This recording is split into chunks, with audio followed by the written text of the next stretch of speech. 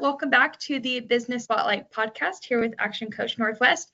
I am your host, Lauren, and today we have Brynn of Slate Flossers here to chat all things business. Now, Brynn, I got to know, tell me how Slate began. Okay, well, the long story or the short story? Short story is in 2020, my husband, Danny, he was like, I need to get my patients to floss, and I think I've come up with a way to do it. Longer background is I am a product designer. So Danny is a dentist, and he was like, I got to figure it out. And I was like, okay. So in 2021, I took over the company to help. He had thought of the idea, but we needed to execute it as a business. And so I took it over, and we had product to sell in November of 2022. And we've just been going at it since then, and so excited to help people floss on a regular basis.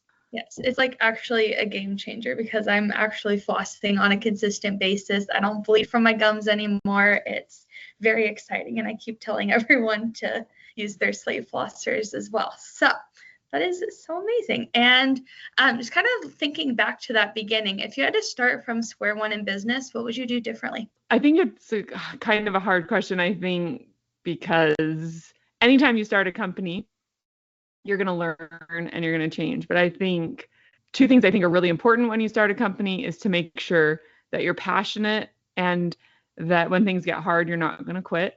And then also that you have an amazing product. I think a lot of times, I would have burnt out of this if I didn't believe so much in the product and if I didn't know it would make people healthier. So because I know our product is amazing, I have the energy to back it and say, okay, I can do this because I know it will help people. That is so amazing. It's so important too, because it is hard to keep up with something, especially over several years. And so kind of thinking back over the years as well, what have been your biggest learnings as an employer since you began in business? Oh, well, employees are the hardest part of your business. They're also the best part of your business. So I feel like when you get great employees, you really grow and excel. Sometimes, and this is something I'm learning, is an employee can be a right fit at that time when you start. And then in a year from then, they might not be that fit anymore, which didn't make sense to me. But I'm like, if a company is growing exponentially, if people aren't growing at the same pace as your company, then things will change. What I'm learning is when things aren't working, you should just pivot and try new things. But overall, hire slow, fire fast. Is that what they say? Oh, interesting. I haven't heard that before. Oh, I hear that one all the time. So make sure this, now that we're growing more, I'm starting to do culture index because my personality is pretty intense. And so some people might not enjoy that. But it was interesting. The other day I was like, okay, is my personality my biggest weakness or my biggest strength? Because it could be looked at both of them. And so I just need to find people who find my personality to be a strength instead of a weakness. Oh, I love that. And then kind of going off of that, what qualities do you look for in employees and how do you foster a positive and productive work environment? So that really matters to me, having a positive work environment. So if they like my personality, then I feel like they're going to love my work environment. But something I've focused on in the past is, and it's interesting, as I grow, this kind of changes, but I've tried to make a place where people can have a very flexible work schedule. In the dental field, you work 8 to 5, you have no choice, right? And I was just like, well, that's not very good for moms. And I'm a mom of 5 kids, and I want to have a more flexible workplace. So I'm like, if you can get your work done. We asked people to work 9 to 2, and we do hybrid. And there's days when I'm like, I can see why people are saying go back to work in person. I can see why they say 8 to 5. But what I've learned is the employees who don't need to be managed get stuff done. And so really it's for certain employees, you need to have more rules, and other employees, you can be more flexible. But it's hard because people don't like it when you treat people differently. But I'm like, all of our kids we treat differently. We should be able to give different rules to different employees. Interesting. I guess, yeah, employees are kind of like kids in a way. You got to make sure they're helping the unit and doing what they need to do. Yeah. That's interesting. I love that. So thinking about just running a business, what are some common misconceptions and how do you address them? I think a lot of people have businesses and don't make any money. Like if you are not watching your finances, money can get away from you so fast. And like you have to make really smart choices on your money. So what we do is we'll test something, and then if it doesn't work, we'll try something new. But it's like, well, what happens if you try new things for 3 months and nothing works?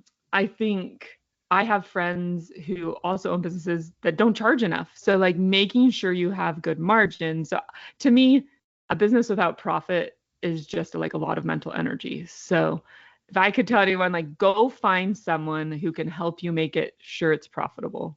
Like I have friends that are like, oh my gosh, I made $100,000 this year, but when I did all the math and everything, I actually didn't make much at all. I made like 10,000. Like, well, was it worth it for that energy? Well, sometimes it is, because 5 years from then it will be. But I think sometimes you have to say like, this isn't worth my time and energy.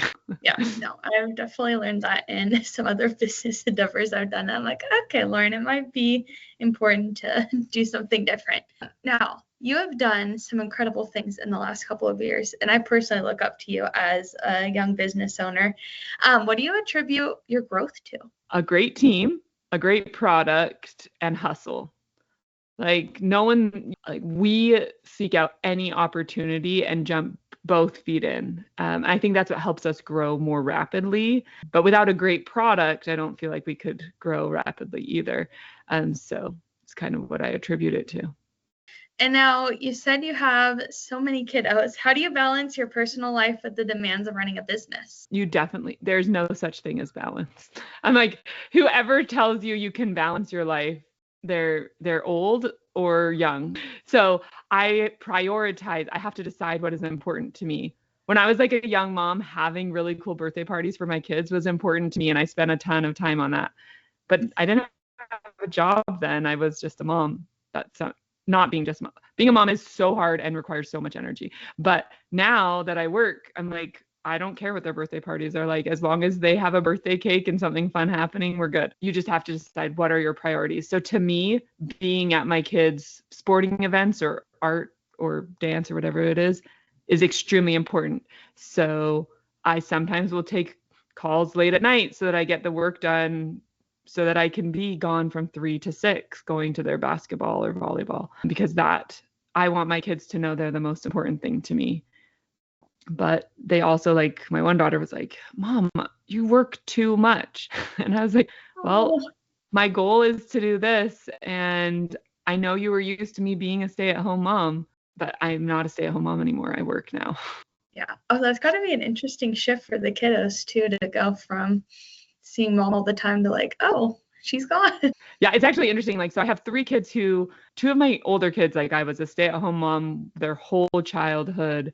And so they are the ones that struggle with it the most. Whereas my littler kids who like are just used to me working, they don't really mind it at all. So to any working mom who starts working, just know that like your kids are going to be fine.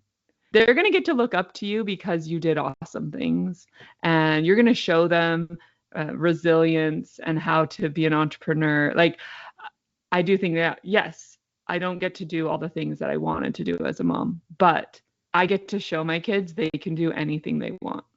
I love that. And now we've looked back a lot. Where do you see yourself in 5 years? And any words of advice for other business owners who are looking to grow their business? Yes. So I have brought this up before, but I think getting a mentor is really important. Knowing what your goals are. So like financially and everything, we set a 5-year goal. So I've always known what our 5-year goal is. Our 5-year goal changes almost every year, but every year we say, okay, what's our strategy for the next 5 years? My goal in 5 years is to be a 100 million plus company. It's like, whoa, how in the world are you going to do that? So I then have to look, well, what are the things that matter and how would I get there? And so that changes. It was interesting. This year, I hired a new person that really helped me with that strategy, because I was really focused on the dental community, because I really care about the dental community. But she was like, Brynn, if you are gone and you're going to dental trade shows and you're doing all these things, that isn't the best use of your time. Like, what is your goal? Well, I was like, well, my goal is to get into retail. So she's like, well, you need to let dental professionals know you care about them, still have this program. But instead of pouring all your energy into that, pour your energy into getting into retail. And so I was like, okay, well, if I get into retail, that increases my income by 10 to 20 million. But getting into dental professionals increases my like Amazon and D2C sales. So they're just like a little different. Interesting. That's so fascinating. And then the last question is always a fun one. What question should I be asking that I haven't yet? I think everyone needs to know that everything is so individual. I definitely think getting a mentor really matters. But like there are people that are smarter than you and better at things than you, and you should have them help you. So something like when I was $100,000 company, I was like, I need to surround myself with $1 million companies. And then once I was $1 million company, I was like, okay, I need to surround myself with $10 million companies. And as I've done that, I've been able to change my perspective and learn and grow from them. So I've said in other podcasts, like I love the book, Your Future Self. Benjamin Hardy does a lot of awesome books that I like. I also did one called Essentialism, and it like helped me realize like there are 100 million things that I could do, but I have to like just focus on the things that are going to be strategic. And so instead of doing 100 things, I'm going to say, what are the 5 things that help me have more impact? Because as a business owner, you can get distracted so easily by little things. Story of my life. Well, that is I think amazing. it's so hard. I'm like, sometimes a distraction is good and it ends up paying off, but most of the time it's just a distraction. For sure. That's a hard thing to discern of like, okay, what's the right way to go about things? Well, amazing. Thank you so much, Brynn, for your time and to speak with me. And for all of our listeners here, be sure to check out Slate Flossers. We'll have a link below and come back for more of our episodes.